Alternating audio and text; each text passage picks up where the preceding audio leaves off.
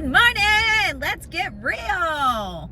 It's Ashleydawn, and I want to get real with you about Clutter. If you look behind me, you can see some delicious salt and vinegar potato chips, but you can also see a little bit of clutter. My back seat is full of stuff that I need to go through and I need to clean out today. Well, that's kind of a picture of my life right now because I'm doing a huge declutter on my house, and I always keep it real with you. I am kind of a hoarder, and not like of trash, but of memories. And I have always said that I'm super sentimental and I hold on to everything. And this weekend I did a huge declutter of my house, and I'm not even halfway done. But while I was decluttering, I was reading or listening to audiobooks about decluttering to help me, because I'm like, obviously I don't have my stuff together. Like, I need to get rid of some stuff. And I was listening to, I listened to like 4 different books over the weekend. I forget the girl's name, but it was like 333 method, where she spends 3 months and you can only have 33 items.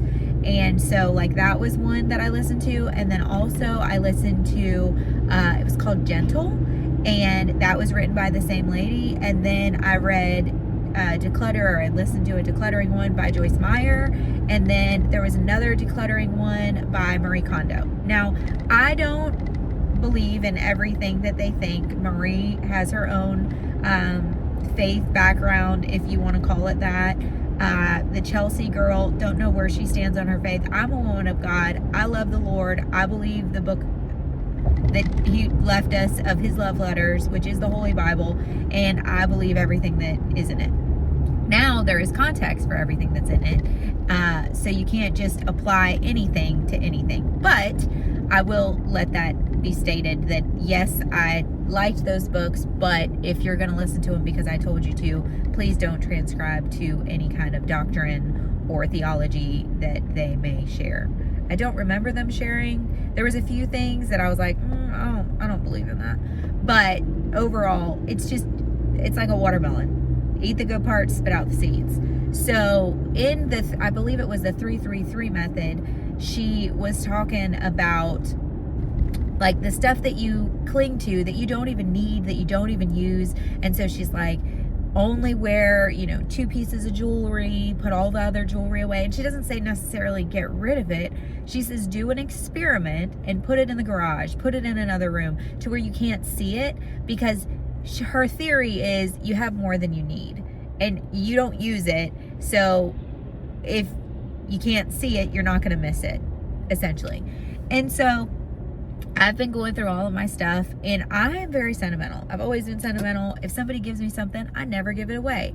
Well, in the Marie Kondo book, she talks about, it's called The Joy of Living, I think that's what it's called. And I believe she had a Netflix documentary or some kind of documentary talking about it too. But one of the main things that she talks about is, does it bring you joy?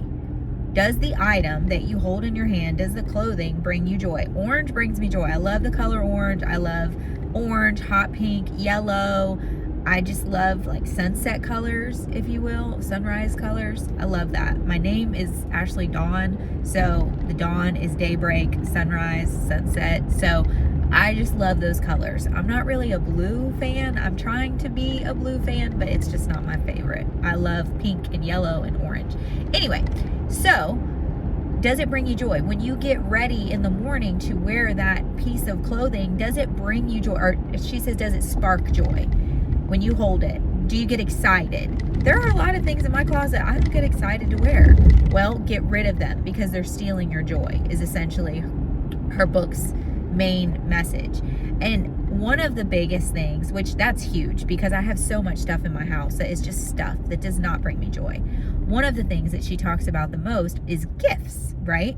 People give you gifts because they think that you'll like it. And they give you gifts because they want to bring joy to your life. But often the people that are giving you gifts may not know you that much. They may just be, one, happens a lot, they could be regifting something somebody gave them that they didn't like, and they just want to give you something and they think maybe you'll like it too, so it's regifted. Now, I'm a regifter. Listen, I will find a purpose for everything. If purple's not my favorite color and I have a purple dress and you tell me you're looking for a purple dress and you love the color purple, I'm probably going to give it to you. But necessarily, if I'm regifting something, I let somebody know, like, hey, I got this, I didn't love it, would you like it, that kind of thing. But anyway, sometimes people do regift things that maybe they have laying around that they want to get rid of, and they think, hey, maybe she'll like it, so they wrap it up in a pretty bag and they give it to you. Happens to me all the time. Sometimes they're shopping and they really don't know what you'll like, so they get something that they will like and think that you will like it too. Well, not everybody has the same taste.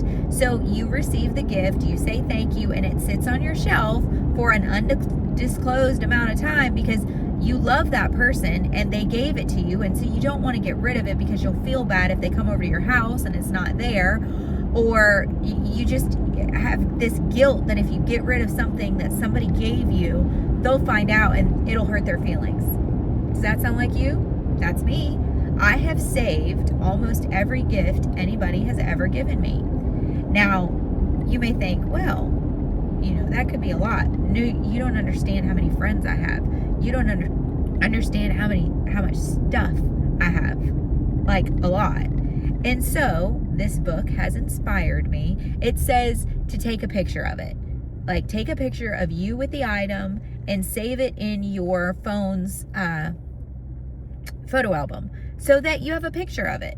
Because a picture takes up a lot less space than the actual item, especially if it's a bigger item. So I have stuff all throughout my house that other people have given me that isn't necessarily my favorite. And this book has really encouraged me to get rid of it. If it's not bringing me joy, if it's taking up space, it's like if I had a storage unit that I filled with stuff I didn't like, but I paid money on it every month. Well, your rent, your mortgage, you're paying rent on a storage unit, which is your house that you and all your stuff lives in. And so I have started decluttering my life and gifts that people have given me, stuff that I've bought myself that maybe still has the tags on it that I never wore. I liked it in the store. I thought it would look cute. I got it home. I tried it on, passed the return window, and I can't return it. So I've started getting rid of stuff. So yesterday, which it's very hard for me to get rid of something that somebody gives me. So yesterday, I'm texting people that I think gave me the gifts, and I'm saying, hey, I really loved this gift. And the book doesn't say to do this, but I wanted to. I reached out to the people and said, hey, did you give me this? And they said, yes. And I said, it was so thoughtful of you. I loved that you gave it to me, but it's not really my style. Would you like it back? Now, some people, if they're not super, some people may not like that. But based on the person, like my friend Beatrix, I know that it was jewelry. So she gave me jewelry. She loves jewelry. And honestly, she probably bought it either thinking it was really cute for herself because it looked more like her style than mine, or somebody gave it to her and she saw it and thought that maybe I would like it too. Both are super sweet and super kind, but I just reached out to her and said, hey girl, did you get me this? And she said, yes. And I said, would you like it back? And she said, well, if you're not going to use it, yeah. And she's a repurposer. She likes to give gifts and she doesn't want anything to go to waste. She's from Hungary. She's one of my best friends. And so I'm going to give it back to her, or we have a little group of friends we call the Soul Sisters, and I'm going to bring it and see if one of them want it. But the thing is, it wasn't bringing me joy. The thought of my friend giving it to me brought me joy, but that joy had already passed the moment she gave it to me.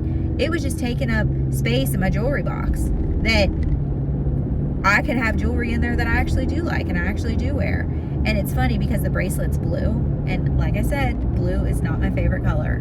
I'm trying to learn and I got a blue pair of cowboy boots and I'm trying to wear them more, and I'm trying to really get into the blue season of my life.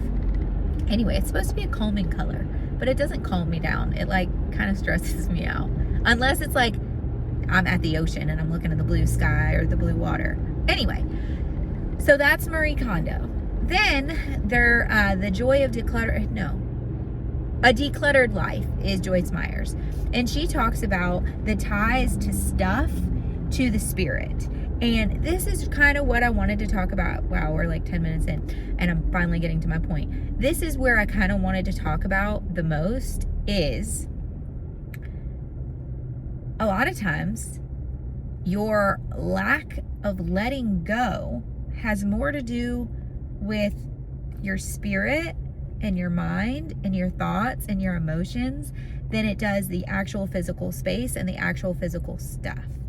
And that's what her book really talks about. And it's got a lot of encouragement in it. But one thing that I didn't realize was I thought I was just sentimental.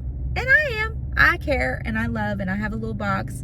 It's not a little box, it's a big box of every handwritten birthday card, Christmas card, any kind of card that anyone has ever given me. And on really tough days, like days that I'm missing my dad, days that I'm missing a family member, days that I'm really sad, days that I'm missing my friend Jeff, who his anniversary of passing is 25 years this year, which breaks my heart. And I reread those letters and those cards and those notes, and that is one of my favorite things. Like, my favorite gift on earth is a handwritten card with encouragement in it. Like, it's gonna make me tear up right now. It's somebody taking the time to encourage you. And so I save all of those. But in it, she talks about a lot of times us not letting go of stuff is tied to a fear of letting go in life. And it's tied to fear that we're afraid that we're either going to lose the memories that maybe the person passed, so we think we're going to forget about them, or, you know, maybe that relationship ended, so you hold on to your ex-boyfriend's hoodie or his shirts, or, you know, something that smells like him. Or like, I have all my daddy's shirts, and it's been 9 years since he passed, and his smell's kind of not completely there, but if I close my eyes real hard, it's kind of there. And so, yeah, it is a fear. I don't ever want to forget what my dad smelled like. I don't ever want to forget what his favorite flannel looked like. I don't want to forget. And so a lot of that is a fear. It's a fear of letting go. It's a fear of moving forward. It's a fear of the past being over. And so yes, I need to clean my house, and yes, I need to declutter, but I also need to deal with fear. It says, do not fear 365 times in the Bible. There are 365 days of the year, except leap year, and then I think it's 366. But I need not to fear.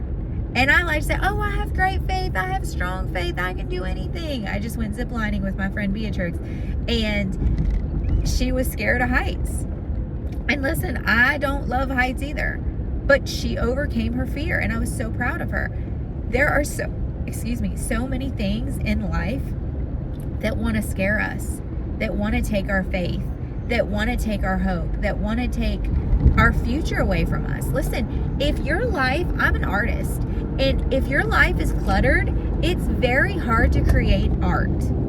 If you're in a cluttered space, you can't be creative. Why do you think people love going to hotels and resorts, and they love going on vacation, and they love going out of town? Do you know why? I'll tell you why. I've had this theory for a very long time. It's because the hotel is clean. There's not stuff there. It's not cluttered. It's not junked up. But your house is, your bedroom is, your garage is. So going to a hotel on a vacation isn't necessarily the vacation. It's the peace that you get from living in an uncluttered space. That's what you get so excited about. I love when people don't do the speed limit. It's my favorite. And by my favorite, it's not. So you going to a vacation spot is really more about your mental clarity than it is your physical clarity. So I just want to encourage you, maybe clean your house. That might be the vacation that you're waiting for. That's what I'm doing. I am decluttering my house, my garage.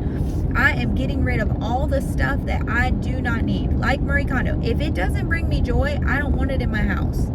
If it's a color that I don't like, if it's an outfit that I don't like, listen, I have bins and bins and bins of clothes in my garage that I have never worn, that I got for a party or something themed. I love themed parties.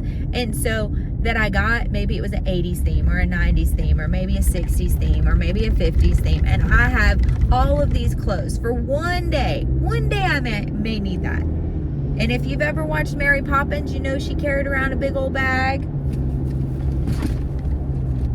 And, you know, it was full of everything that anybody could ever need.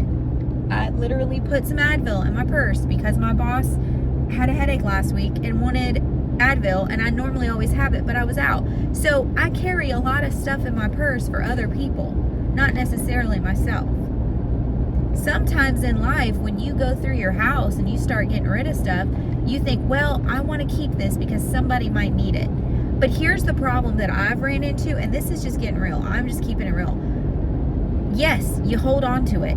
For that day, somebody may need it. But that day that somebody may need it comes, and then you have so much clutter in your garage or in your closet or in your pantry or wherever that thing that you saved because somebody might need it one day is, that the day that they need it, you can't find it. The day that you need it, you can't find it. That happens to me all the time. I'll be like, oh, I'm going to save this outfit because I might have a party coming up one day. And the party comes up and then I can't find it. And then I have to buy something like it again to wear to the party. And then after the party, I'm looking through my stuff and I find it. And I'm like, why do I save this? Why do I hold on to this? So, new Ashleydawn is getting rid of everything she doesn't need. And I'm donating. And I encourage you to donate too. There are several organizations you can donate to. Teen Challenge, Salvation Army, Kiwanis. There's several local women and children shelters that you can donate to. If it's like bedding or towels, you can donate to animal shelters. They use that for the animals. You know, if it has stains, it doesn't matter. Don't throw it away. You can donate it to them. They do not care if there's stains. Trust me. Dogs do not care when it's cold if there's stains on a blanket. They're just thankful to have a blanket instead of the concrete floor. Start decluttering. Start dealing. Declutter that spirit. Why are you holding on to that thing from that person that hurt you? If that relationship is over, why are you holding on to that thing? Chances are that thing is tied to painful memories. I just want to encourage you, declutter your life, declutter your house, declutter your home, declutter your garage, declutter your truck, declutter your car, declutter your mind, and declutter your spirit.